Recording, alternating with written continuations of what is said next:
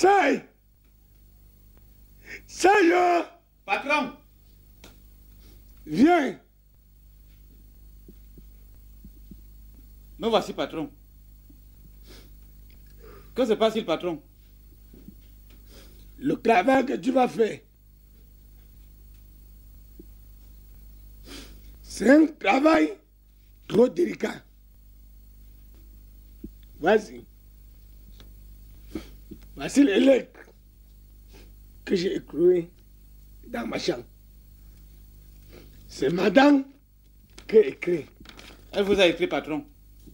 Elle ne met pas. Tu vas lire. Mot par mot. Si tu sautes un mot, tant pis pour nous deux. Tu vas commencer. Yaoundé, le 17 août 1996. Yaoundé, le 17 août 1996. Quelques jours après l'Assomption. Très cher ami Tekla, au moment où tu recevras cette lettre, je serai déjà sous d'autres cieux. Elle sera où? Elle sera déjà sous d'autres cieux, c'est-à-dire loin de Yaoundé, loin de Mvokada, loin même de Koumdoum, très loin, patron. Donc, il ne sera plus sur cette terre. Non, patron. J'ai décidé de répondre... Oui, ma chère.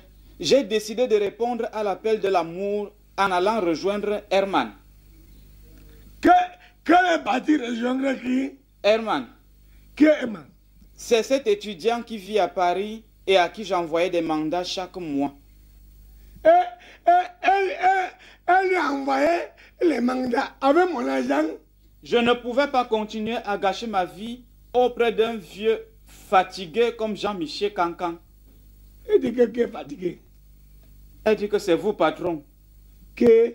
C'est vous qui êtes fatigué, c'est elle qui dit patron. Lis-moi les choses.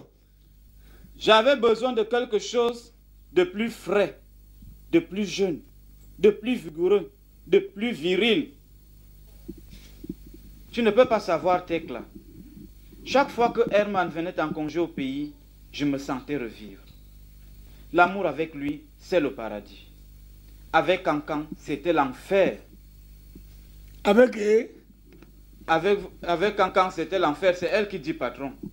Que avec moi, c'était... Elle dit qu'avec vous, c'était l'enfer. Lis. Si je suis resté si longtemps à côté de ce vieux bouc, c'est... Si je suis resté si longtemps à côté de ce vieux bouc, c'est elle qui dit patron. C'est seulement à cause de son argent. D'ailleurs... C'est qu'il avait amené. D'ailleurs, je n'en aurais plus besoin. J'ai emporté avec moi les 3 millions de francs qu'il a gagnés lors de la dernière cotisation. Il avait amené, c'était pas mon argent. C'était pour la cotisation. On était ensemble là-bas. Avec l'amour et l'argent, que demander de plus? Surtout quand on vit dans une belle ville comme Paris. Au revoir, ma chère Tekla. Je t'enverrai une carte postale à mon arrivée. Hélène la Parisienne. Hélène la Parisienne. Dis-moi. Sors d'ici.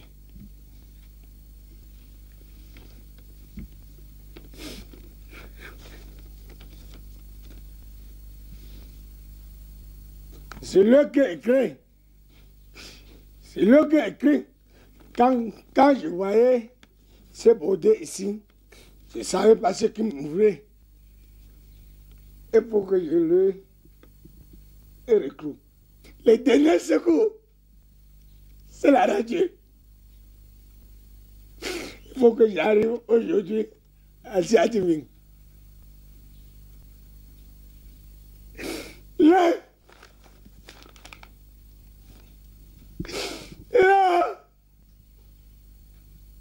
elle est de mon cœur.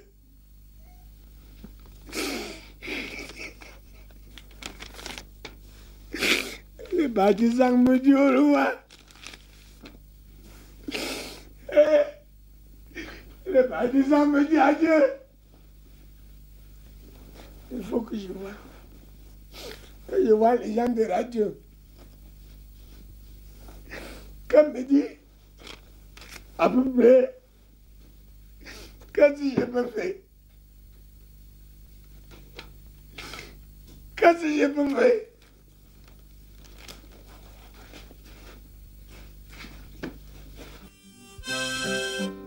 Et voici SOS Solidarité. SOS Solidarité, c'est l'émission qui vous permet de retrouver des êtres chers, portés, disparus sans laisser de traces.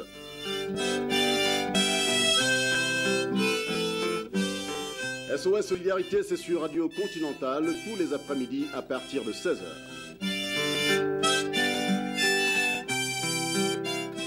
SOS Solidarité, c'est avec RDF, René Dieudonné Fouda.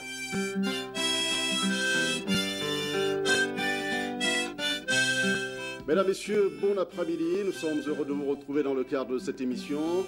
SOS Solidarité qui se penche aujourd'hui sur le cas de Jean-Michel Cancan, à la recherche de son épouse, Magne Hélène, portée disparue depuis 2 semaines déjà.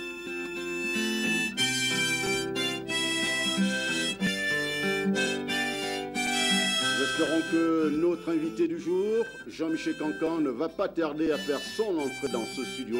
Eh bien, nous allons continuer de l'attendre en musique.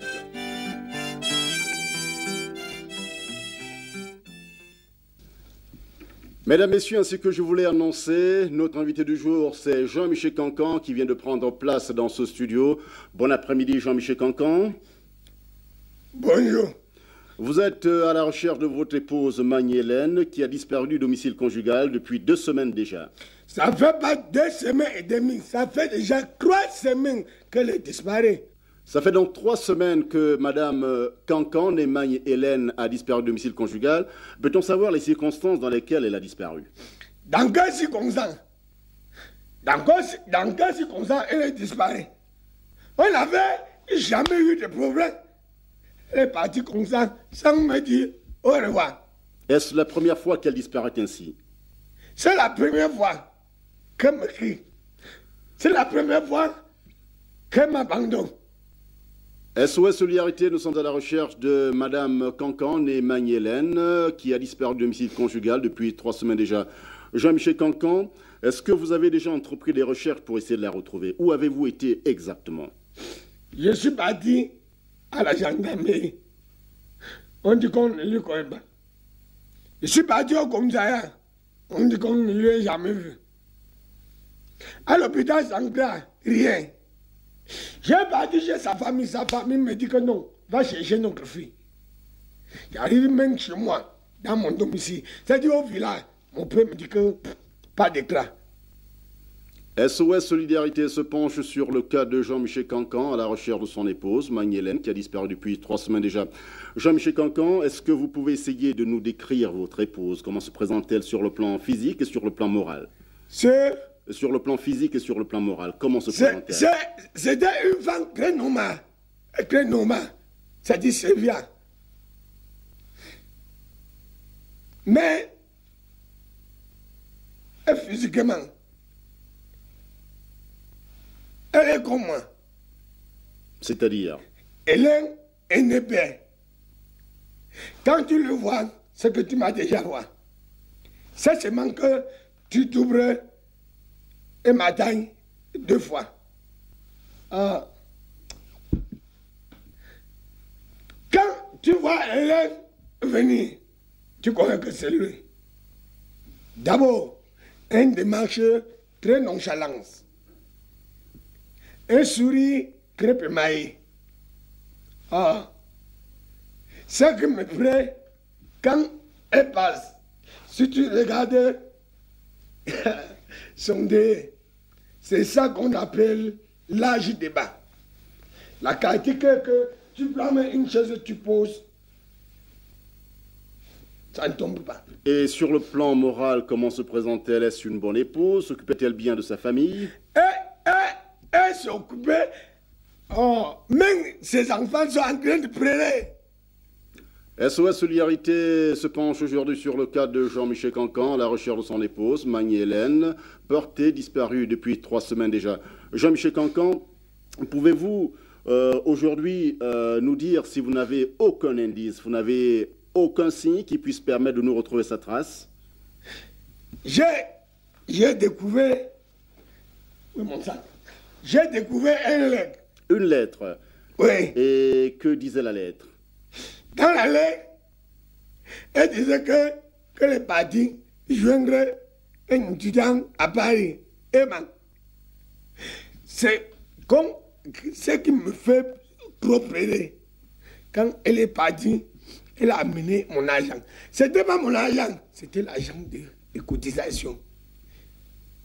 Premier indice, très significatif d'ailleurs, Magne-Hélène serait aujourd'hui à Paris en France, chez un étudiant prénommé Herman. À qui il a envoyé l'argent? Jean-Michel Cancan, je vais vous demander de vous servir de ce micro et d'adresser un message à votre épouse en espérant qu'elle soit à l'écoute en ce moment. Essayez de lui parler. Hélène!